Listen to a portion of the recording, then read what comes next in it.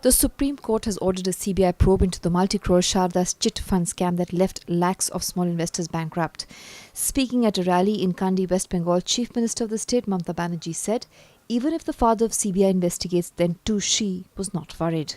The Sharda chit fund scam left several investors bankrupt in West Bengal, Odisha and Assam. The Supreme Court on Friday ordered a CBI probe.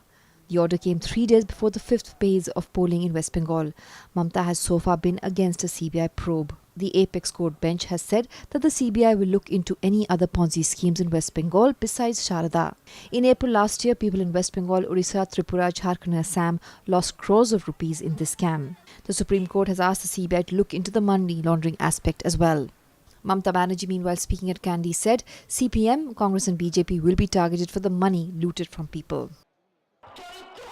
My character keeps changing every day, sometimes Sharada, Chorda or Borda. I've been talking on this matter for the past 15 days.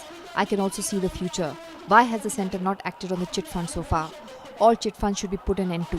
Secondly, give this to the CBI for investigation. Even if the father of CBI investigates, I have no issue.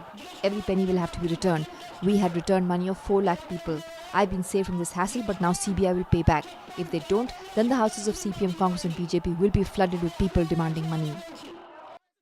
Sharda Group chairperson Sudipto Sen was sentenced to 3 years in jail this year. This happened after he confessed to flouting PF guidelines. Sen used to head the Sharda Group. The scam kicked up a political storm in West Bengal, and the complaint in this case named 3 others: Trinamool Congress Rajya Sabha parliamentarian Kunal Ghosh, Sharda Executive Director Debjani Mukherjee and Somnath Datta.